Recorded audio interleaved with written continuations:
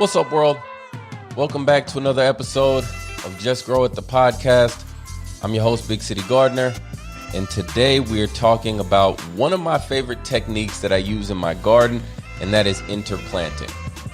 So, before we can really define what interplanting is, I need to tell you that it's going to sound a lot like intensive planting, because to me, it is basically another form of intensive planting. So the idea of intensive planting is basically packing as many crops, as many growing things as possible into our gardening space. Now, the reason we do that is really to increase our yields whenever we're growing with limited space. So if you happen to be in an urban area like myself and you don't have all of the land in the world, you can practice this technique to help increase your yields. So, what is interplanting? Interplanting is basically the process of planting the space in between our main rows. Okay?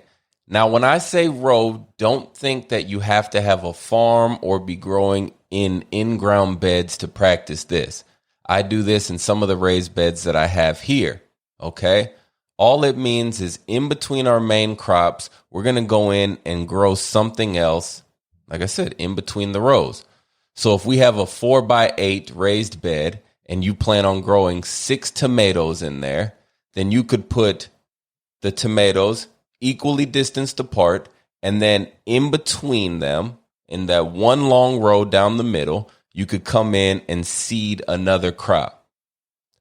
Now, whatever crop you come in with interplanting, what you're going to want to make sure is that it is a quick crop, meaning it has a short date to harvest or planting to harvest time.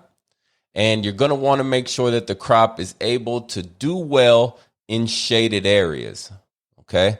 So let's take, for example, the tomato description that I gave earlier. With the 6 tomato plants in between, we could come and seed something like radishes. Now, radishes, depending on the variety that you plant, you can be harvesting your radish in 30 days after you drop the seed in the ground. And we all know that it takes more than 30 days for our tomatoes to really get growing, get established, and start just taking off in the garden. Okay. So within that first 30 days, after I transplant my tomatoes, on the same day or another day, I'll come in and drop a row of radishes in between.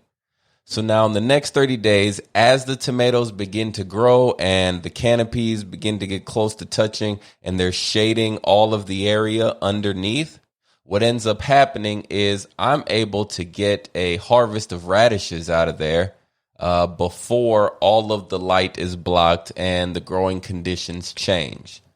So like I say, interplanting, interseeding, whatever you want to call it, those terms are really interchangeable. It is a great way to maximize your yield in your garden. That's one reason why I follow this process in my garden. So like I said, how do we actually go about interplanting? Well, you're going to need to have some sort of knowledge about companion plants, because you can't just plant anything next to each other and expect it to thrive. Okay, so you're going to want to pay attention to, quick crops versus long season crops. You're going to want to pay attention to crops that can get started and establish and grow in shaded areas versus full sun.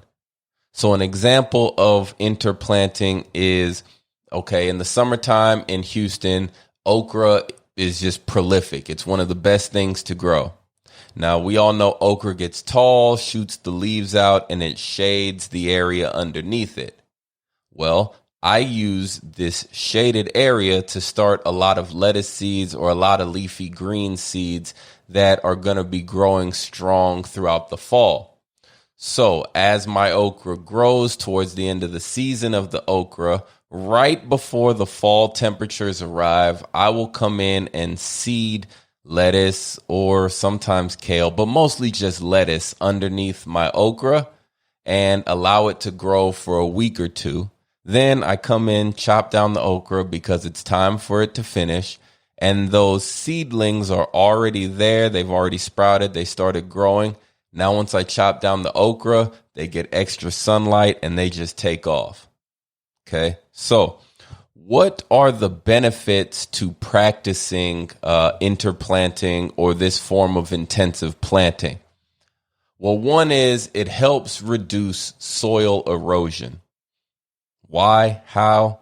Well, the more things that we're growing in the soil, the more soil that is being used, the less soil that can get washed away whenever it rains or whenever we irrigate our garden. And we all know that it is better to grow something in your garden versus growing nothing at all. Okay. Another benefit to interplanting is the fact that you are really helping to feed and strengthen the soil food web. Like I just said, it's always better to grow something than to grow nothing.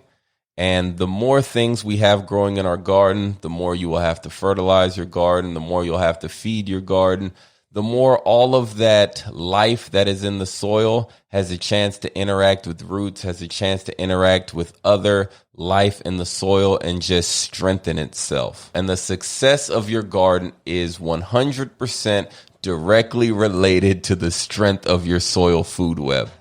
I think some people think it's the amount of fertilizer that they put in, but that is not the case.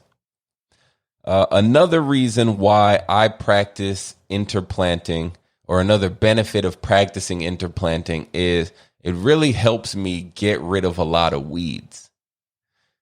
Any open space in your garden, a weed will try to find a way to grow there. No matter what you do, the seeds will just blow in. You can keep the garden weed free, but the seeds will land there. And all of a sudden now you have dandelions or you have something you didn't plant sprouting in your garden. But by practicing interplanting, what we're able to do is shade the entire garden, which kind of, it stops the weed seeds from being able to germinate. And it also stops them from even having a place to get started growing.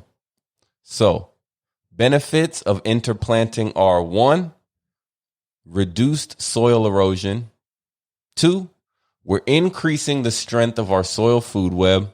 And 3, well, the best one in my opinion is we're helping to deal with those pesky weeds and keep our garden weed free.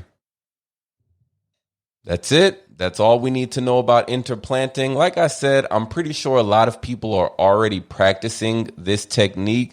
They just didn't know there was a proper term for it. So keep on planting intensively. Keep on interplanting or interseeding.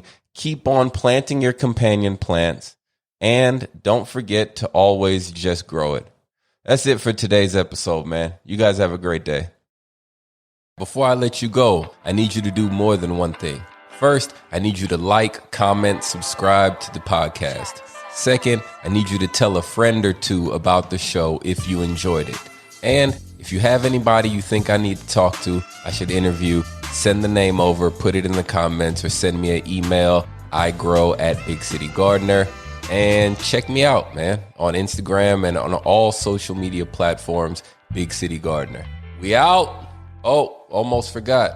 Just grow it.